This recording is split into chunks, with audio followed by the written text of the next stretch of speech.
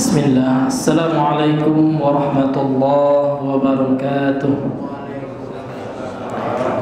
Innal hamdalillah nahmaduhu wa nasta'inuhu wa nastaghfiruh wa na'udzu billahi min shururi anfusina wa sayyiati a'malina. Man yahdihillahu fala mudilla lahu wa man yudlil fala hadiya lahu. Asyhadu an la ilaha illallah wahdahu la syarika lah wa asyhadu anna Muhammadan abduhu wa rasuluh. Allahumma salli wa sallim wa barik wa zid wa an'im ala nabiyyina Muhammadin wa ala alihi wa ashabihi wa man tabi'ahum bi ihsanin ila yaumiddin.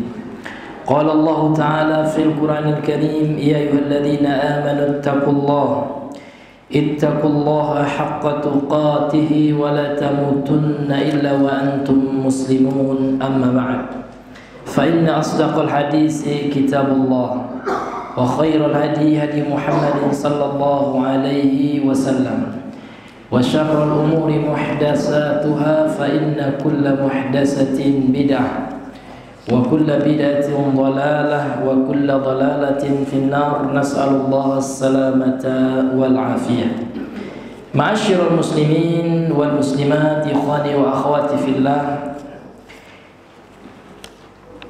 kembali kita bersyukur kepada Allah Azza wa Jalla karena pada malam hari ini Allah kembali mengumpulkan kita di dalam masjid ini dalam rangka untuk beribadah, mendekatkan diri kepada Allah Azza wa Jalla.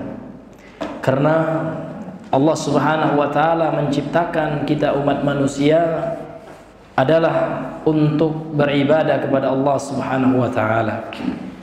Dan ibadah itu banyak sekali.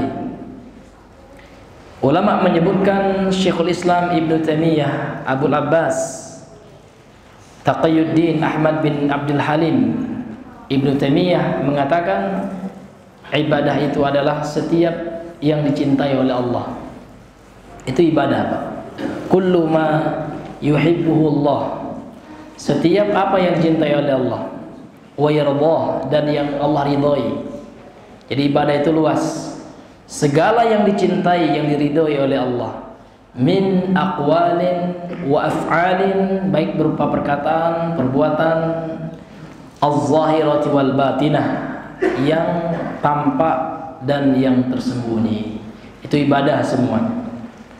Maka ibadah yang paling besar itu adalah ibadah hati, Pak. Ibadah hati, ibadah qalbiyah. Kenapa? Karena yang pertama kali Allah suruh kita adalah untuk beribadah kepada Allah dengan ibadah hati. Itu yang pertama kali. Contoh, orang mau masuk Islam, orang kafir, apa yang mesti dia lakukan? Membenarkan dulu, meyakini keimanan ini termasuk ibadah hati. Membenarkan apa? Allah ilaha illallah wa anna Muhammadan Rasulullah. Iman yang pertama adalah at-tasdiqu bil janan. Al-janan ay al-qalb. Membenarkan dengan hati, itu iman itu. Wal qawlu bil lisan, dan diucapkan dengan anggota, afan, dengan lisan, dengan lidah.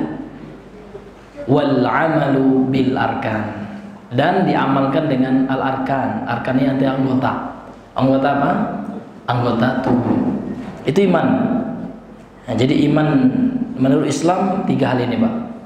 Dibenarkan dengan hati, diucapkan dengan perkataan, dan dibuktikan dengan perbuatan. Betapa banyak orang hari ini, Bapak Ibu, yang Allah singgung dalam surah Al-Baqarah ayat 44. Hafal, Bang? Iya, ayatnya hafal. Mungkin nomornya nggak hafal, Pak. Itu sering kita baca. Allah mengatakan, atamuruna an-nasa bil birri wa antum wa tansawna anfusakum wa antum tatlunal kitab afala taqilun, kata Allah. Atamuruna an-nas, apakah engkau mengajak manusia? Ini ayat asalnya diturunkan pada orang Yahudi. Karena sifat orang Yahudi itu, pendeta-pendeta Yahudi, mereka suka menyeru orang kepada kebaikan. Atamuruna an-nasa bil birri wa tansawna anfusakum, kan gitu. Engkau melupakan diri kalian. Wa antum tatlunal kitab. Sedangkan kalian baca kitab, baca Taurat. Kalau di masa Yahudi, sekarang baca Al-Quran. Afala ta'qilun. Ya, tidakkah kalian berpikir, kata Allah. Seandainya orang yang berpikir, pasti dia tahu ya bahwasanya seseorang yang mengajak kepada kebaikan namun melupakan dirinya, ini merugi. Dan ayat ini tidak hanya untuk orang-orang Yahudi, tidak hanya untuk mereka, namun juga untuk kita semua. Thayyib ya, kita lanjutkan pembahasan kita, yang mana ya berkata penulis kitab, qala al-musannifu hafizahullah wa rahimahullahu taala, qala Abul Abbas, berkata Abul Abbas. Siapa Abul Abbas ini, Pak? Ya, Syekhul Islam Taqiyuddin Ahmad bin Abdul Halim Ibn Abdul Salam Ibni Taimiyah, ya, rahimahullah. Beliau sekarang mengambil pendapat daripada ulama ya terdahulu ini. Beliau termasuk ulama mutaqaddimin. Ya. Gimana? Iya mana? Iya, masya Allah ya. Ya, thayyib, barakallahu fiik ya. Thayyib. Iya, ini ada yang tertinggal Bapak sekalian ya, faedah dari dua ayat kemarin. Ayat beberapa itu, Pak? Surah Saba ayat 22 sampai 23. Ya.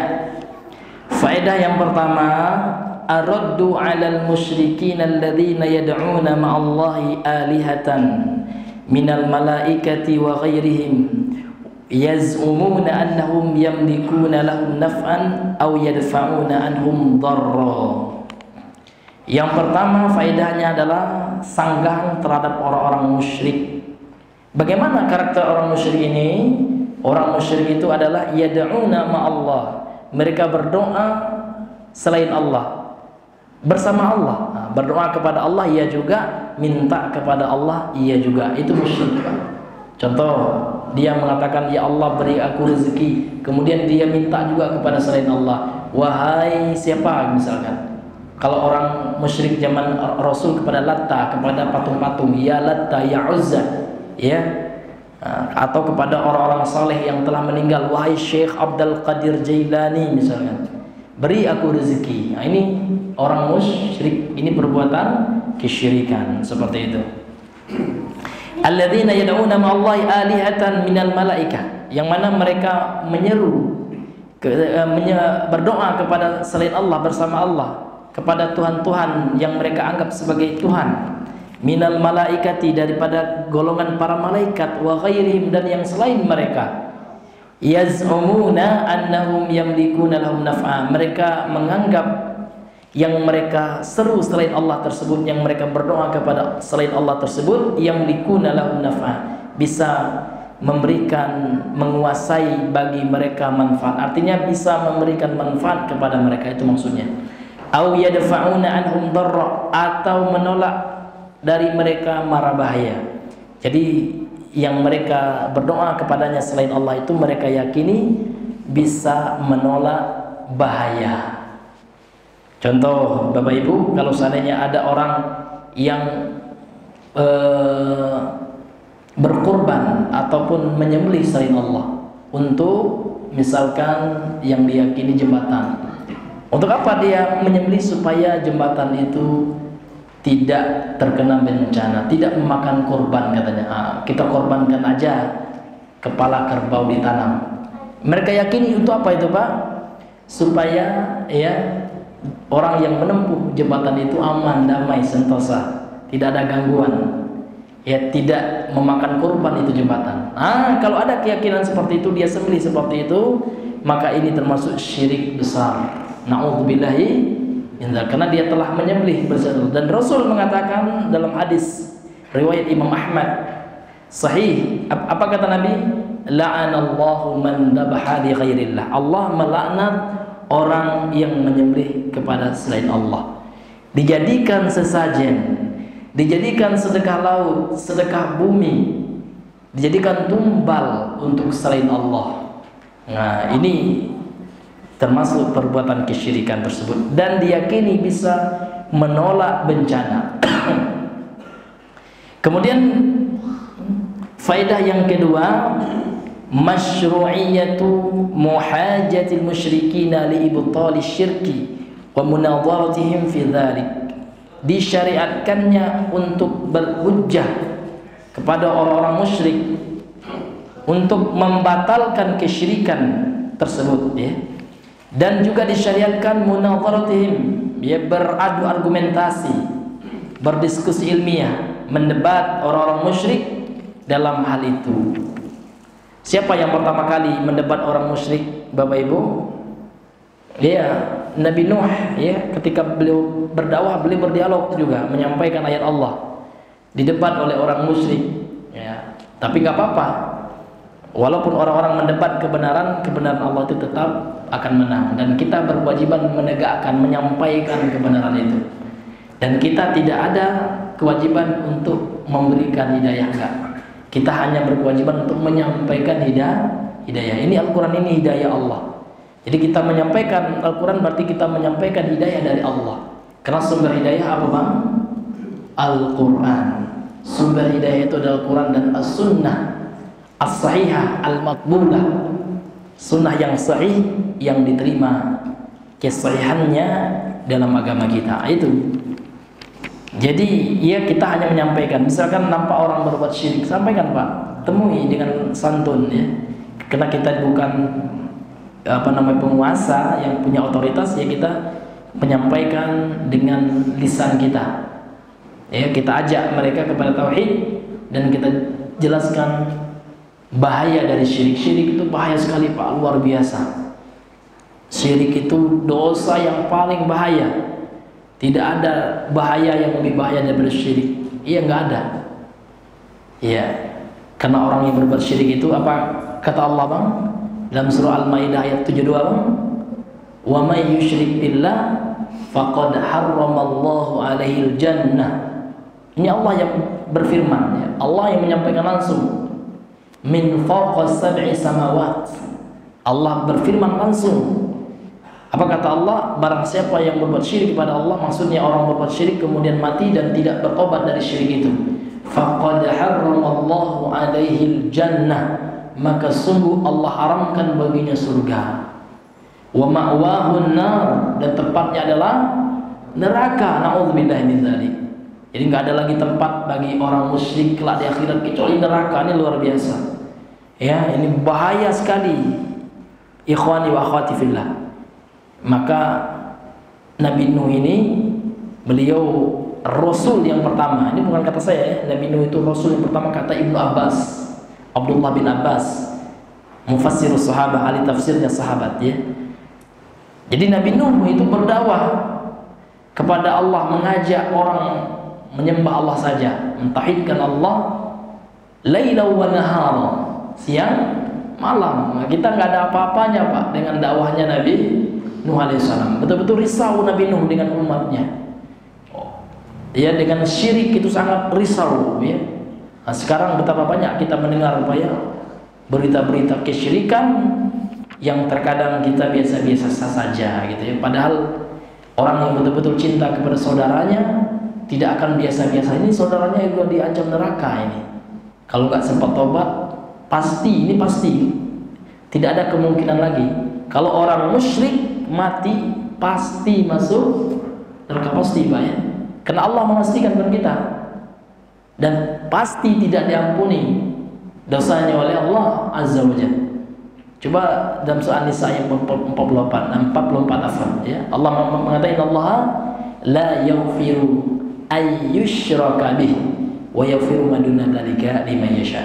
Sesungguhnya Allah Subhanahu wa taala tidak mengampuni dosa syirik. Lihat dalam ayat itu, Syekh Shalih Al-Fauzan mengatakan an yushraka itu masdar muawwal. Asalnya innallaha la yaghfiru isyrakan. Isyrakan nakirah, berada dalam kalimat jumlah, ya, manfiyah, dalam kalimat yang mengandung peniadaan, kalimat negatif, ada huruf nafinya la, gitu, ya. Ini memberikan makna umum. Nah, sehingga pendapat yang kuat dalam masalah ini, seluruh perbuatan syirik, baik itu yang besar, yang kecil, itu tidak diampuni oleh Allah. Ini luar biasa. Ini pentingnya ikhlas, Pak ya. Pentingnya kita beribadah itu karena Allah. Maka jangan sampai dirusak keikhlasan seseorang. Sekarang banyak sekali, Pak, yang merusak keikhlasan orang. Banyak sekali. Ya, banyak sekali. Mau apa-apa dikit dipoto, ya Pak ya. Tawaf ya. Dipoto ya. Ya. Nah, itu payah sekali, Pak. Memang kita tidak menjudge, memvonis orang. Nah, tapi nanti itu dikhawatirkan gitu ya. Ada sedikit senang dia ketika dia posting itu dikasih like, senang dia. Nah, ketika kita merasa senang dengan kita menampakkan ibadah kita, di like itu Kak, pujian itu sebenarnya. Pujian yang sifatnya like gitu. Ya, pujian modern tuh ya.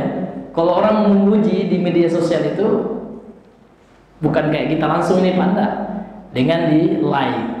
Ya, senang kita, udah riya itu, gugurlah pahala dari amal yang kita lakukan. Kalau kita sudah senang dipuji Pak, ya kita posting ibadah kita lagi ngasih sedekah sama orang, ya kan?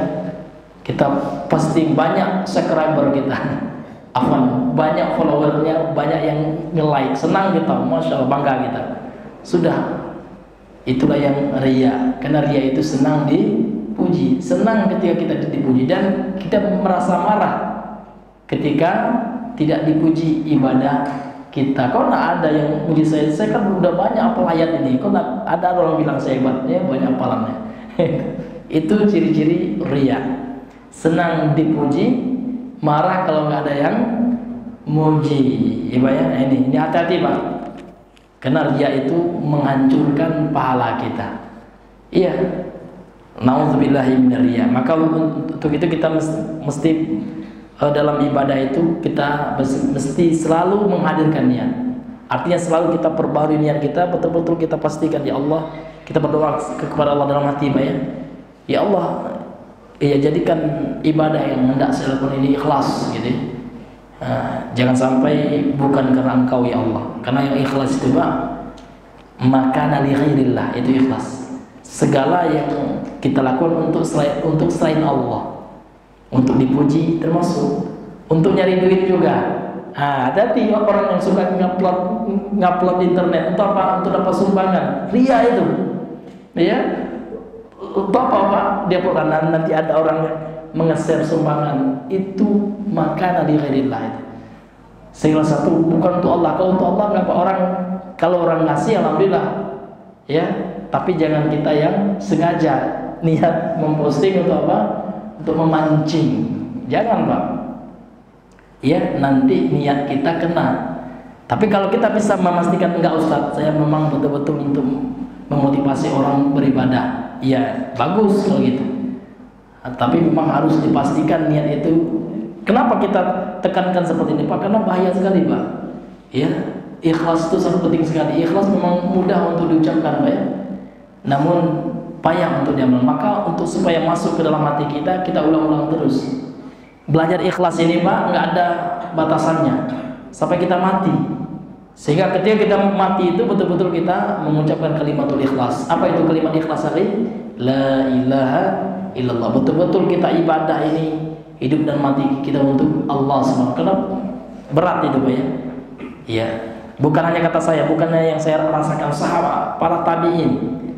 Ya, para tabi'in juga merasakan. Sufyan Ats-Tsauri rahimahullah ya, beliau mengatakan tidak ada sesuatu yang lebih berat saya perbaiki melebihi beratnya memperbaiki ikhlas dalam hati ini.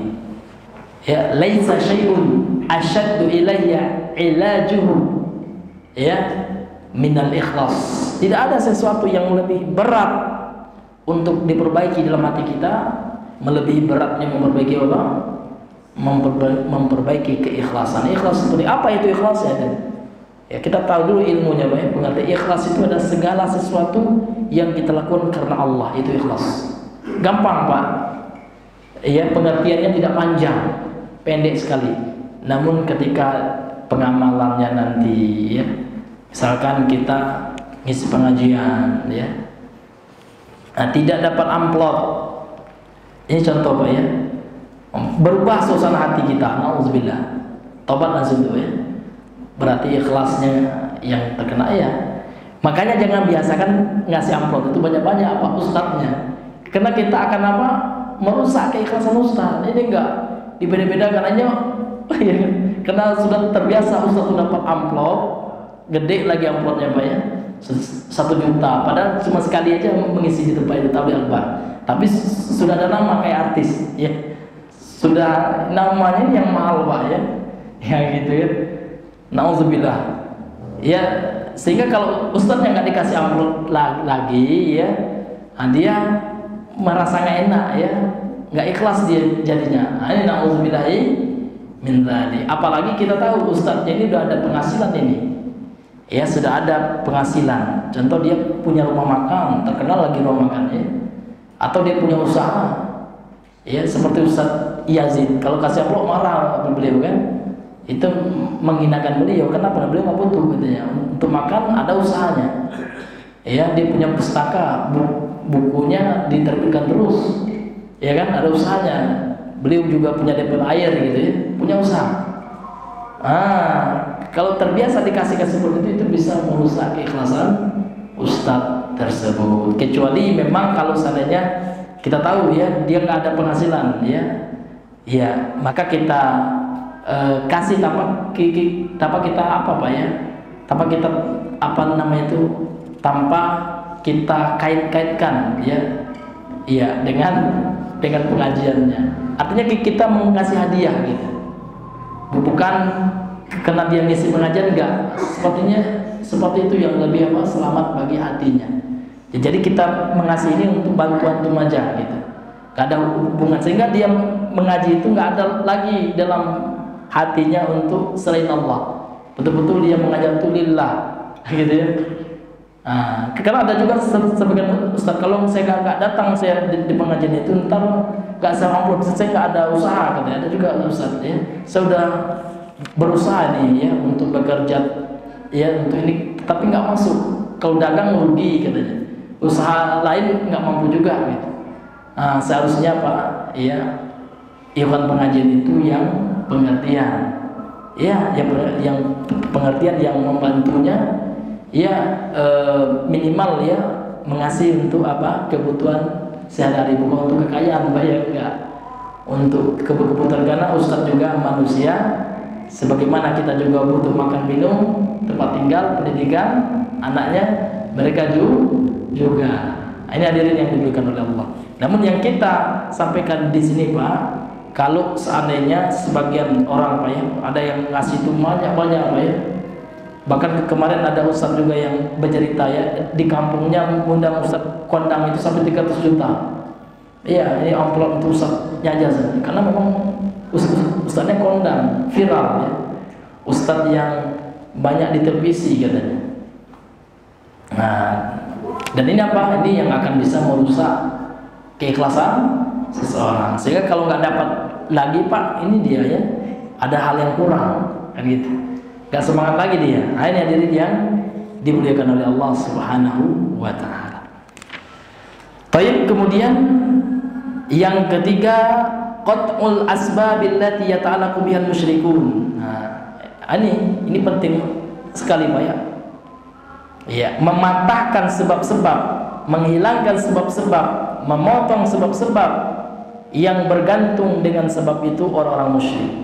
Jadi sebab-sebab yang bisa mengarahkan kepada kesyirikan itu dihilangkan. Ya, berdasarkan ayat yang tadi ini dari yang diberikan oleh Allah Subhanahu wa taala. Wa dzalika anal musyrika innama yattakhidhu ma'budahu lima yahsulu lahu minan naf'i. Wa naf'u la yakunu illa mimman fihi khaslatun ya min arba' ya. Memutus segala sebab-sebab yang bergantung dengan sebab itu, yang bersandar dengan sebab itu orang musyrik. Dan orang musyrik, sesungguhnya orang musyrik ya, menjadikan sesembahan, menyembah sesuatu gitu ya, Orang musyrik itu bisa menyembah pohon kan gitu, menyembah patung di zaman Rasul itu. Mereka menyembah sesuatu selain Allah itu lima yahsululahu minan naf'i, dengan ya disebabkan ya, apa-apa yang mereka yakini sesembahannya itu bisa memberikan manfaat kepada mereka. Jadi mereka menyangka yang mereka sembah itu ada ngasih manfaat kepada mereka itu. Nah, makanya beliau di sini menjelaskan manfaat itu la yakunu illa mimman fihi khislatun arba, ya. Manfaat itu tidaklah ada kecuali seseorang yang memiliki, yang ada di dalam dirinya 4 sifat. Jadi seseorang itu bisa dikatakan mampu memberikan manfaat apabila ada 4 sifat. Yang pertama, al-ula, yang pertama, imma ayyakuna malikan lima yuridu minhu abiduhu. Ya. Yang pertama imma ya, ayyakuna. Yang pertama boleh jadi yang disembah itu, yang disembah oleh hambanya tersebut, oleh penyembahnya tersebut, ayyakuna malikan, dia seorang penguasa, seorang raja. Lima yuridu minhu abiduhu. Ya. Dia memiliki mampu, itu maksudnya. Dia seorang raja yang mampu mengabulkan setiap apa yang diinginkan oleh hambanya. Maka baru layak seseorang itu disembah. Maka ini hanya ada pada Allah. Karena selain Allah tidak ada yang mampu memberikan setiap apa yang diinginkan oleh yang menyembahnya. Ya Pak? Iya. Maka tidak layak.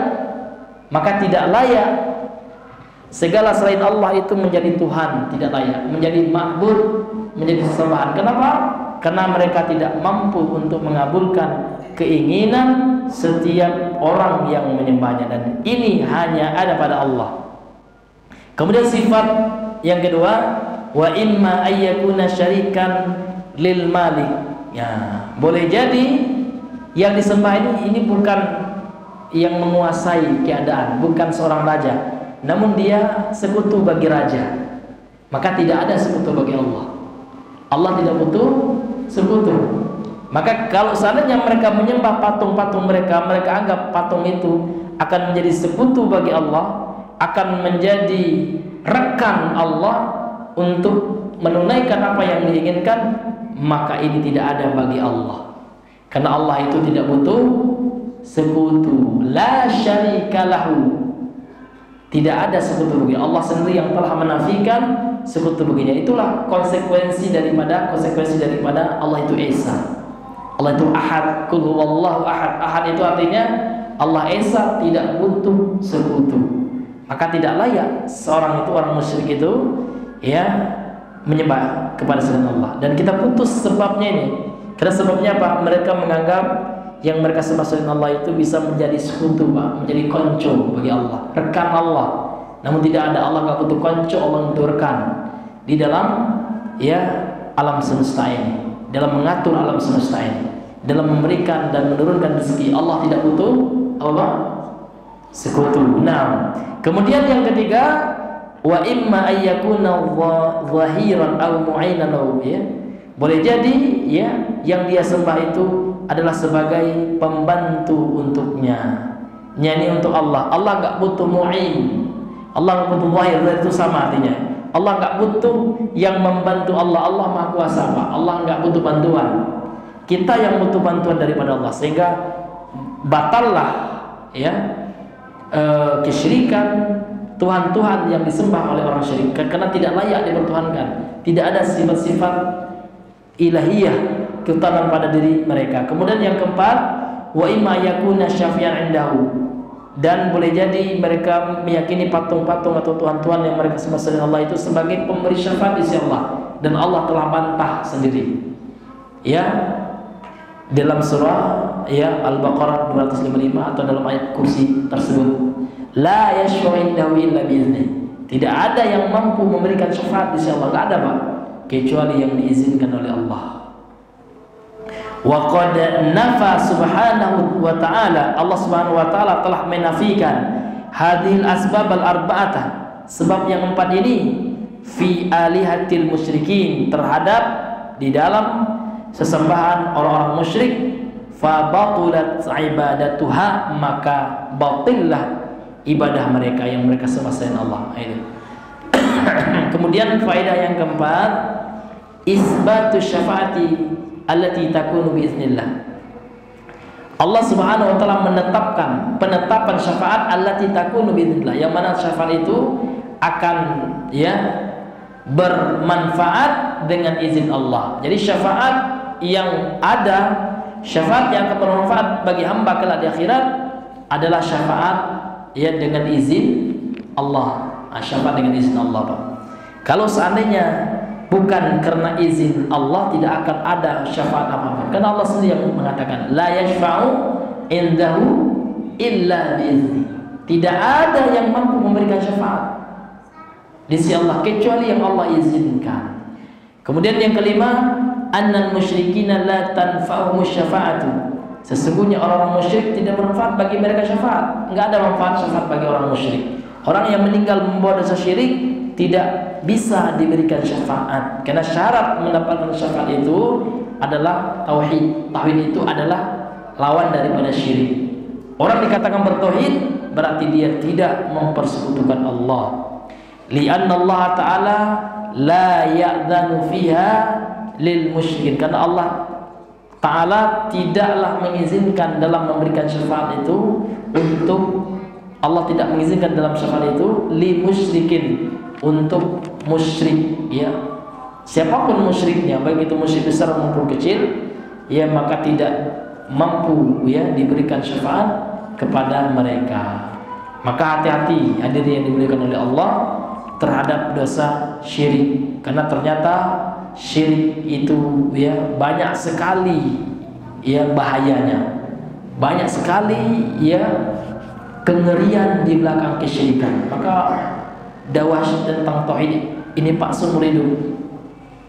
Nabi sampai mau meninggal, beliau tetap mengingatkan bahayanya syirik itu.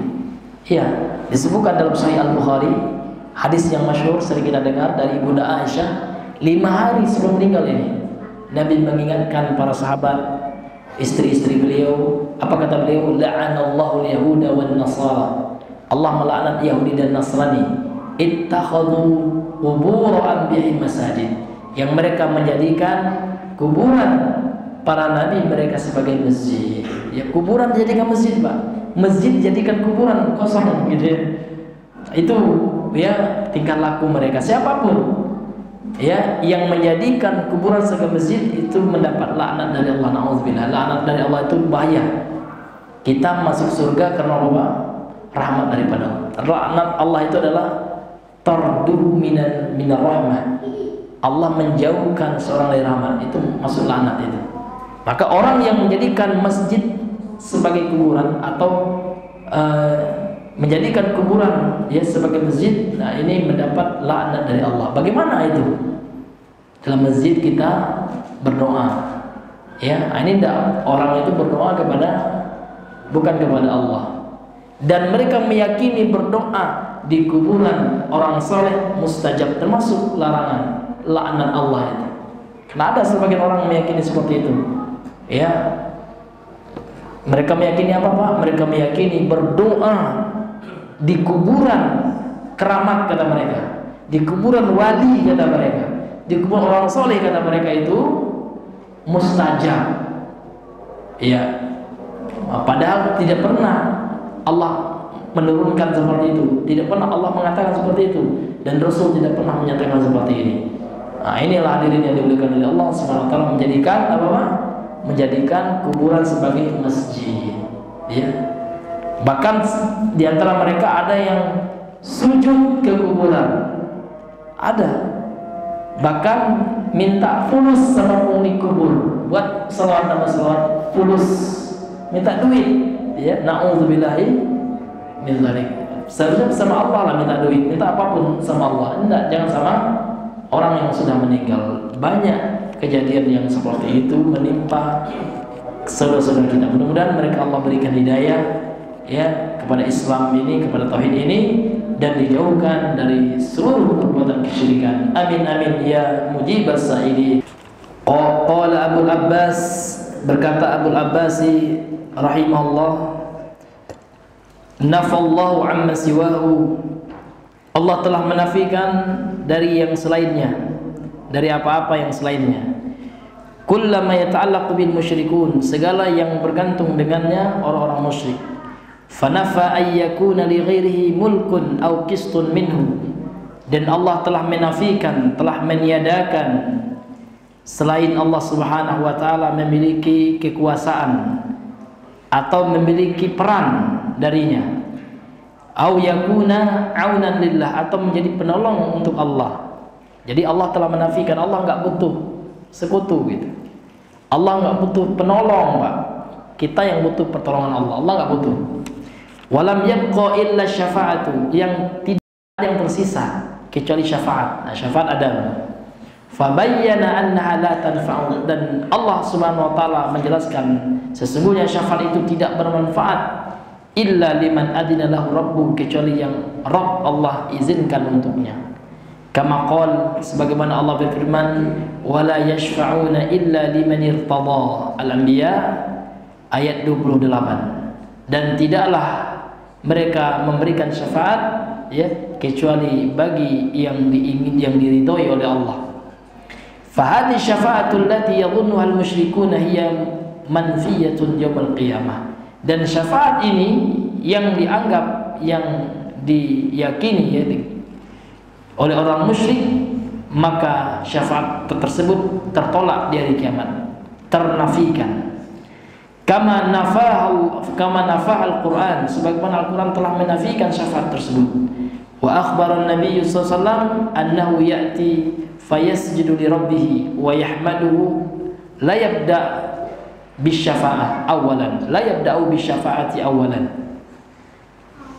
Nabi SAW dalam hadisnya, ini hadis sahih riwayat Bukhari Muslim, mengkabarkan di hari kiamat kelak di padang mahsyar, Nabi datang menuju Allah, ya'ti, datang Nabi menuju Allah, fayasjudu li rabbi, kemudian Nabi sujud, Pak. Nabi datang kepada Allah, Nabi sujud, wa yahmaduhu, Nabi memuji Allah. La yabda'u bisyafa'ati awalan, Nabi tidak memulai dengan syafaat ya pertama kali. Kemudian Allah berfirman kepada Rasul, dikatakan kepada Nabi, yakni Allah berfirman kepada Nabi, irfa' ra'saka, irfa' ra'saka, angkat kepalamu, kata Allah. Wa qul yusma', ucapkanlah akan didengar ucapanmu. Was'al tu'ta, mintalah akan diberi permintaanmu. Washfa', mintalah syafaat, tusyaffa', engkau akan diberikan syafaat. Nah, ini menunjukkan apa? Menunjukkan syafaat itu diminta oleh Nabi. Jadi tidak ujuk-ujuk Nabi itu langsung ngasih, enggak seperti itu prosesnya. Prosesnya itu sudah dijelaskan oleh Rasul sendiri dalam hadis Sahih Bukhari Muslim. Jadi pada hari kiamat di padang mahsyar kelak, Nabi akan sujud, akan menuju Allah, sujud kepada Allah, sujud Nabi gitu Pak ya. Sampai Allah mengatakan irfa' ra'sak, angkat kepalamu, sampai Allah menyuruh Nabi duduk ya. Saking lamanya sujudnya Nabi itu. Kemudian sampai Allah mempersilahkan Nabi untuk meminta kepada Allah. Apa permintaan Nabi? Nabi minta Allah kasih pertolongan. Itu syafaat itu pertolongan kepada Nabi untuk diberikan kepada umatnya di hari kiamat. Maka murni ya syafaat itu milik Allah. Nabi hanya dikasih syafaat kepada Allah karena Nabi minta. Nah, maka bagaimana sekarang keyakinan kita keyakinan syafaat itu milik Allah semuanya. Kita minta kepada Allah. Kelak ya yang akan memberikan izin kepada Nabi. Nah, di hari kiamat nanti ya kita akan menuju setiap para nabi, mulai daripada Nabi Adam sampai Nabi Muhammad.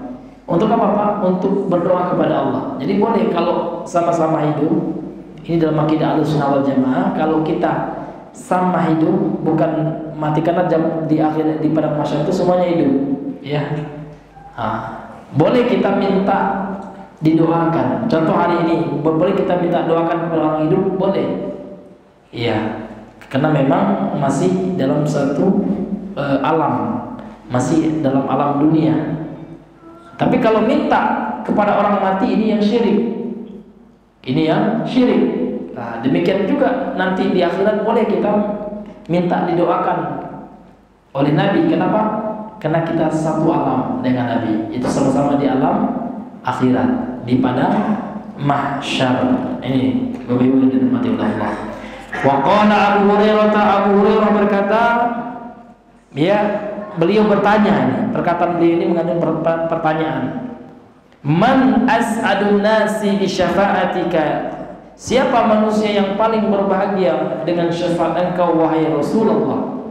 Qala, Rasul menjawab, man qala la ilaha illallah khalisan min qalbi. Hadis sahih riwayat Imam Bukhari Muslim. Dan riwayat ini adalah riwayat Imam Al-Bukhari nomor 99. Abu Hurairah berkata, wahai Rasulullah, siapa manusia yang paling berbahagia dengan syafaatmu? Maka Nabi menjawab, siapa saja yang mengucapkan la ilaha illallah khalisan min qalbi, ikhlas. Ini penting, ikhlas, Pak. Karena kalau hanya sekedar menyebut burung beo juga bisa. Ada orang punya burung beo, tiap dekat burung beo mau ngasih makan atau ngasih minum sebut la ilaha illallah. Nah, nanti burung beo itu hafal, Pak. Tiap nampak bapak-bapak itu la ilaha illallah, tanda minta minum gitu. Kenapa pas ngasih minum bilang gitu. Artinya kalau hanya sekedar mengucapkannya, Pak, hanya sekedar la ilaha illallah, itu tidak akan bermanfaat, hanya sekedar itu. Namun kapan la ilaha illallah itu bermanfaat? Kalau diamalkan konsekuensi inti hakikat la ilaha illallah itu. Apa hakikatnya, Pak? Hakikatnya adalah kita menafikan, menolak segala yang disembah selain Allah. Itu kita tolak. Apa yang disembah selain Allah? Banyak sekali yang disembah selain Allah sekarang. Banyak. Ada orang menyembah patung, orang Hindu, ya kan? Ada yang menyembah Nabi Isa, iya. Orang Nasrani, ya. Ada yang menyembah Uzair, orang Yahudi. Uzair Allah, Uzair itu anak Allah.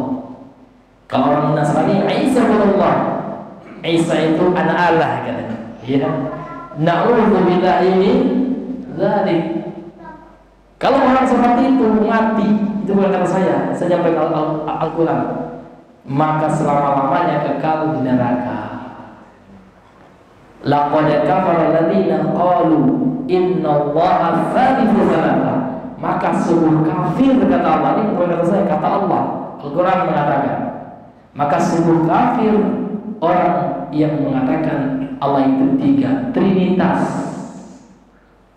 Ya. Itu kata siapa? Kata Allah.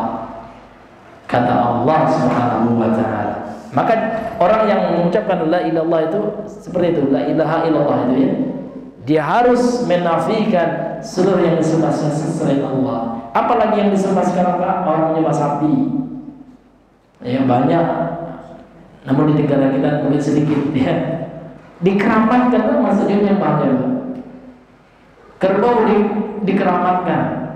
Ya, Pak, ini termasuk, ya, mempersekutukan Allah dengan kerbau. Termasuk perbuatan syirik, mengkeramatkan benda selain Allah. Dikeramatkan, dianggap sakti, dianggap hebat, punya supranatural, kekuatan supranatural. Ya, maka di Jawa itu ada nama kerbau, Pak. Tainya itu di hari-hari tertentu itu dianggap, ya, berkah. Bilang mana berkahnya dari kerbau, kok berkah gitu. Dan kerbaunya diangkat menjadi kiai. Nauzubillah, itu penghinaan sebenarnya sama kiai. Masa kerbau namanya kiai selamat, yang nama selamat juga jangan rela itu. Masa kerbau dinamain nama dia gitu. Ya harus diprotes itu, Pak. Ya kalau bisa, kalau enggak ya sabar aja, Pak. Ya ngelus dada aja. Nauzubillahi min dzalik. Itulah karena kebodohan terhadap tauhid, ya. Na'udzubillahi min dzalik. Baik, Bapak Ibu yang dirahmati oleh Allah, maka intinya Bapak Ibu yang dirahmati oleh Allah, syirik itu sangat berbahaya.